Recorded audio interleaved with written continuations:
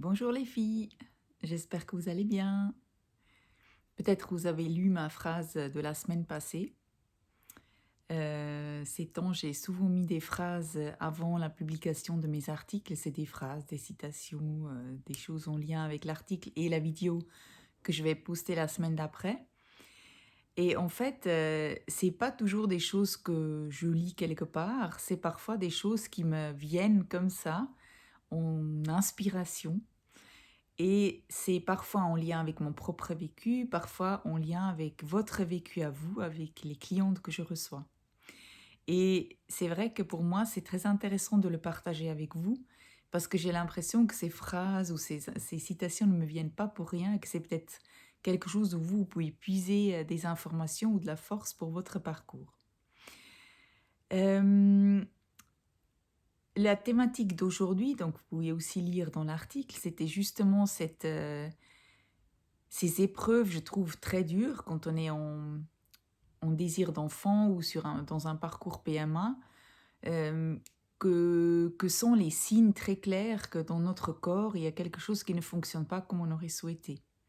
Donc ça commence déjà par le fait qu'on tombe pas enceinte naturellement pendant des années parfois, et que après, plus en plus qu'on va dans le médicalement, la procréation médicalement assistée, il y a toujours des verdicts qui tombent et qui nous disent, non, on va pas plus loin que ça. Et si je peux prendre mon propre expérience, donc chez moi c'était comme ça que je voulais avoir un enfant naturellement, bien sûr, hein, que c'était le souhait premier. Et au bout de quelques années, je dirais 2 voire 3 ans que cet enfant venait pas naturellement, j'ai fait une FIV, je suis tombée enceinte une première fois. Et c'est là où j'ai compris que j'avais fait une grossesse biochimique et que c'était peut-être pas la première fois et c'était pas la dernière fois. Suite à ça, vu que je voulais toujours avoir mon enfant naturellement et je ne voulais pas refaire une FIV pendant en tout cas encore 2 ans. J'ai essayé naturellement et avec des inséminations. Là aussi, j'ai eu plusieurs fois les deuxièmes traits sur le test de grossesse. Quand je dis plusieurs fois, c'est une dizaine de fois. Et à chaque fois, ce deuxième trait disparaissait au bout de 2, 3 jours. Et je voulais essayer, réessayer, réessayer pour me prouver que j'étais capable d'avoir cet enfant comme je l'avais imaginé. Donc à la fin, après tout ce processus, j'ai dû vraiment tirer vraiment un trait sous cette idée ou ce rêve de l'avoir de cette façon-là et d'aller chercher une autre façon qui correspond à mon corps et à mon problème. Et ça a fini par une FIV, une FIV ITSI normale, mais avec l'ajout de plusieurs médicaments anti-rejet pour que j'ai pu mener 2 grossesses à terme. Voilà un peu le résumé. Vous voyez donc, suite à mon parcours, que je comprends et je sais ce que ça veut dire quand on a des signes qui nous disent non, ça ne marche pas, et quand ces signes se répètent. Mais je sais aussi à quel point c'est important qu'on va jusqu'au bout de nos idées. Donc j'ai vu que moi-même personnellement, il m'a fallu des années pour passer d'une étape à l'autre. Et aujourd'hui, je ne peux pas vous dire que j'ai perdu mon temps. Je n'ai pas l'impression que j'ai perdu mon temps parce que chaque étape était très importante. Et pour moi, avec ces étapes que j'ai franchies, chaque fois ont été liées à ça des importantes prises de conscience par rapport à moi-même, mon ressenti et mon parcours et mon développement personnel qui me sont encore utiles aujourd'hui. Donc non, je n'ai pas perdu mon temps du tout. Ça a pris 5 ans en tout, mais aujourd'hui, je sais qu'une fois qu'on est maman, ça a pris 5 ans ou 2 ans, ça ne change strictement rien parce que finalement, on a quand même notre enfant à la maison ou nos enfants à la maison qu'on a tant souhaité. J'ai des clientes actuellement qui sont soit en conception naturelle et qui ont des signes que peut-être elles vont devoir passer à la procréation médicalement assistée. J'ai des clientes, beaucoup, qui sont en FIV et qui n'ont plus le résultat souhaité pour aller plus loin avec leurs propres cellules. Ça veut dire elles vont devoir faire appel à une FIV avec donneuse. Donc, et je vois à quel point ces filles ont de la peine justement à imaginer la prochaine étape. Si vous êtes dans ce cas de figure, je vais peut-être justement avec l'article que vous venez de lire, vous donner aussi quelques indications en plus. Parce que j'ai remarqué que quand on devait dépasser ce qu'on a voulu, quand on doit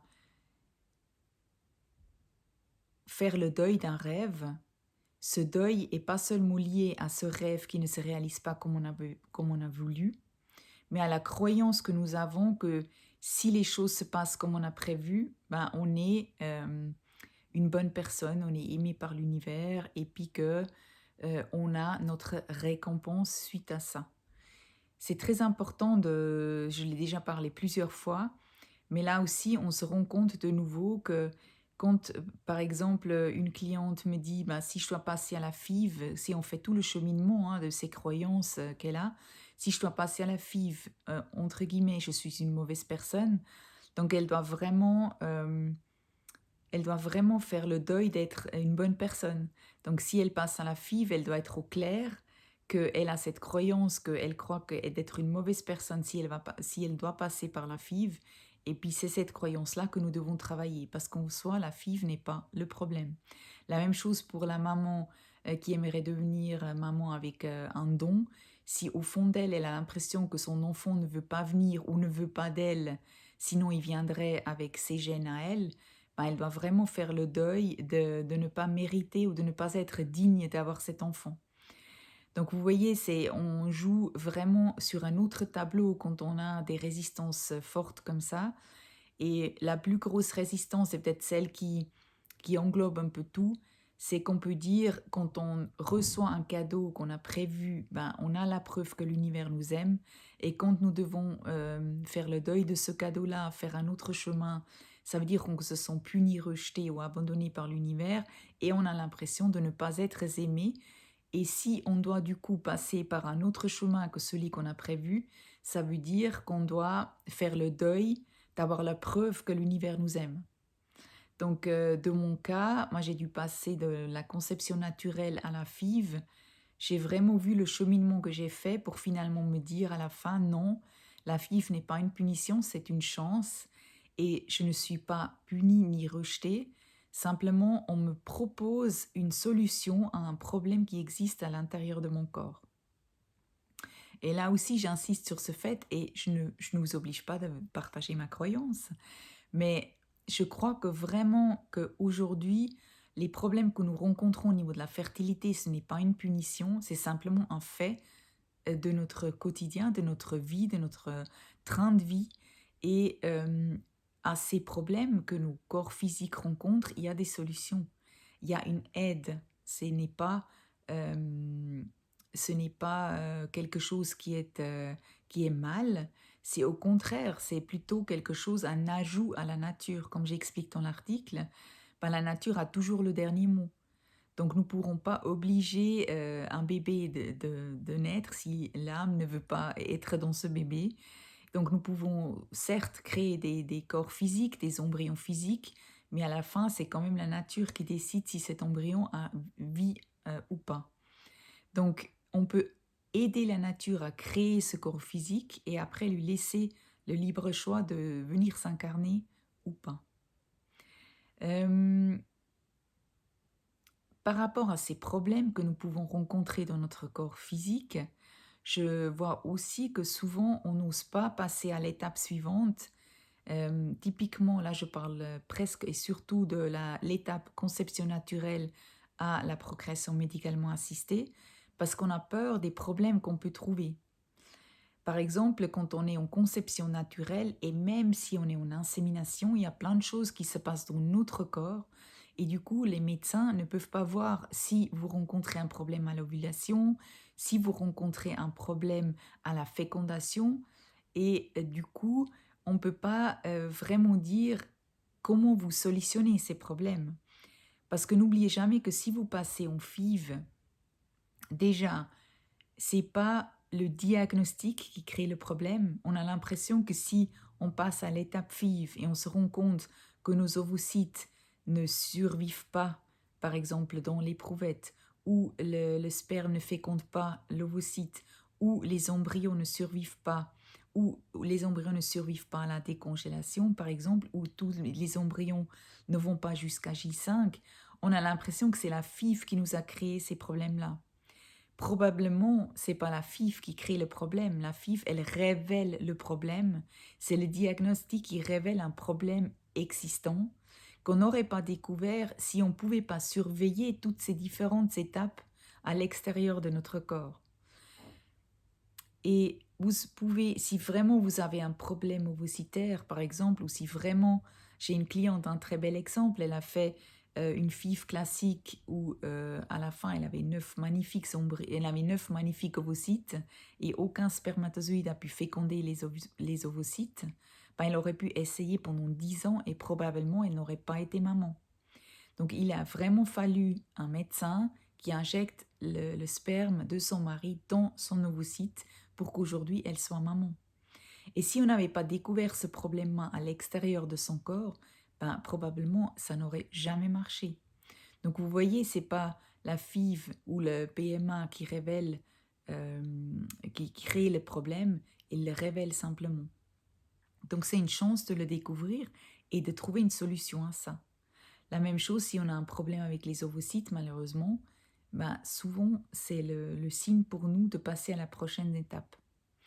Et ces signes sont nécessaires parce que on a besoin de ces signes-là pour avoir le courage d'aller plus loin, si tel est notre souhait.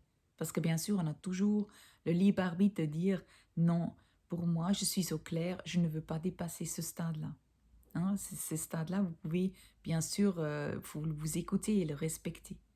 Parfois, ça ne veut pas dire que si en 2021 vous n'êtes pas au clair de faire une FIV ou de faire une FIV d'eau, que vous ne l'êtes plus ou vous n'êtes pas encore en 2022 ou 2023. Ça veut dire que vous avez besoin encore un moment, vous avez besoin de temps pour évoluer, pour votre cheminement, et soit vous en restez là, soit tout d'un coup, une année, 2 ans plus tard, vous allez faire le cheminement que vous n'êtes pas prête aujourd'hui à faire. Et ces signes-là sont simplement aussi des signes peut-être de votre enfant qui est quelque part et qui vous dit « Hé, maman, j'aimerais te rejoindre, mais tu as un problème.